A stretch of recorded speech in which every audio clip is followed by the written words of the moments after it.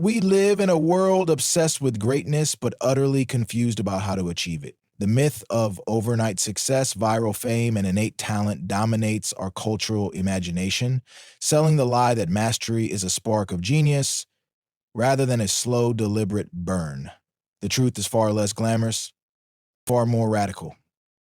Excellence isn't about shortcuts, luck, or even raw talent. It's about a relentless, unyielding commitment to the craft itself, a rebellion against the modern cult of distraction and impatience. Most people scroll through life, multitasking their way through half-hearted efforts, chasing results while avoiding the real work. They want to look like they're working hard without ever sinking into the depths of what it means to truly care.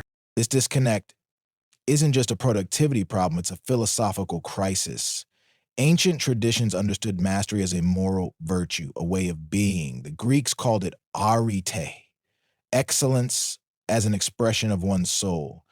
The Japanese shokunin saw their craft as a spiritual path, a lifelong dialogue between artisan and tool. But today, we've traded these ideals for performativity, mistaking the appearance of effort for effort itself. We post about our grind while our attention fractures across screens, tasks, and anxieties. The consequence?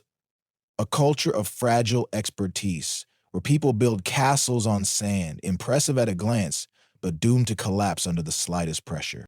The roots of this crisis run deep. Fear of invisibility gnaws at us. Wired as we are to seek recognition, when our work goes unnoticed, silence feels like failure. Impatience, turbocharged by technology, convinces us that mastery should be as instant as a Google search. Why spend years honing a skill when an app promises to teach us 10 tricks to beat your friends tonight? Beneath it all lurks a twisted form of perfectionism. Not the pursuit of flawlessness, but the fear of being seen trying and failing. We'd rather label ourselves lazy than risk exposing our earnest effort to judgment. This isn't new. It's a rupture from how humans once approached craft.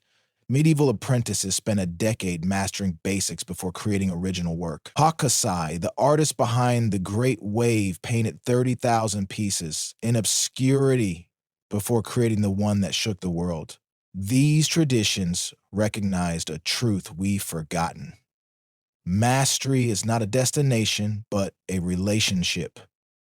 It demands showing up day after day, even when the relationship feels one-sided, even when the work feels invisible. The cost of ignoring this truth is steep.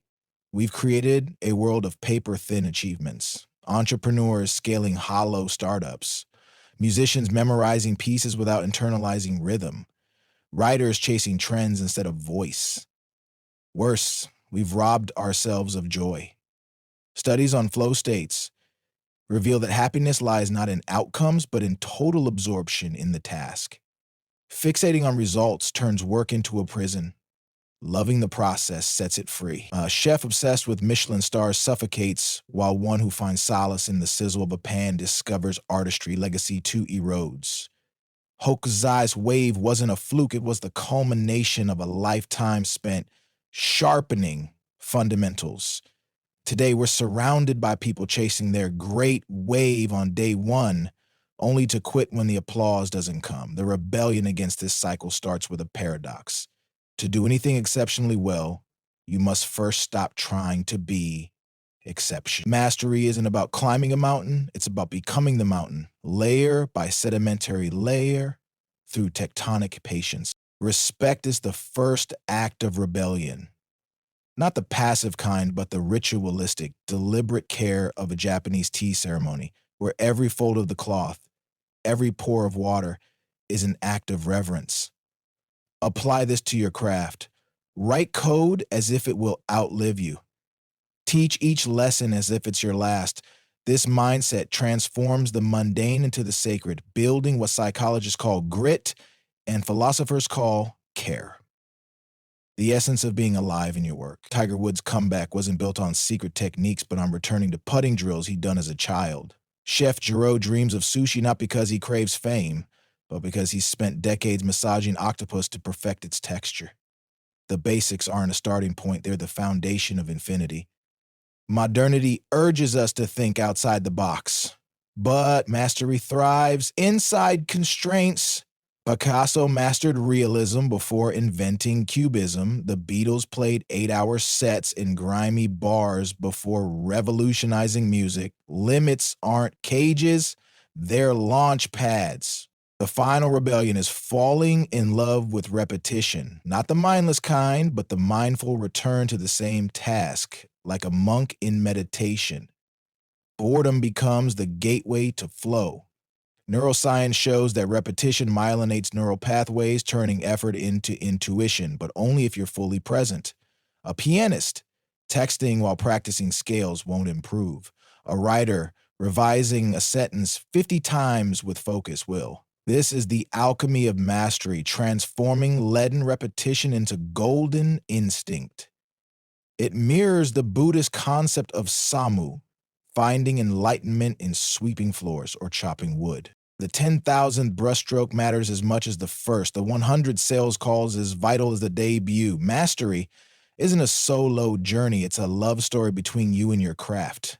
It's choosing to show up even when the spark fades, to be bad before you're good, forgotten before you're remembered. Hokusai didn't know his wave would ripple through centuries. He painted because he had to, because the act itself was his compass. The world will catch up when it's ready. Your job isn't to chase greatness, but to marry it, one deliberate, obsessive, repetitive stroke at a time. The wave isn't coming, you are the wave. Now go build yourself.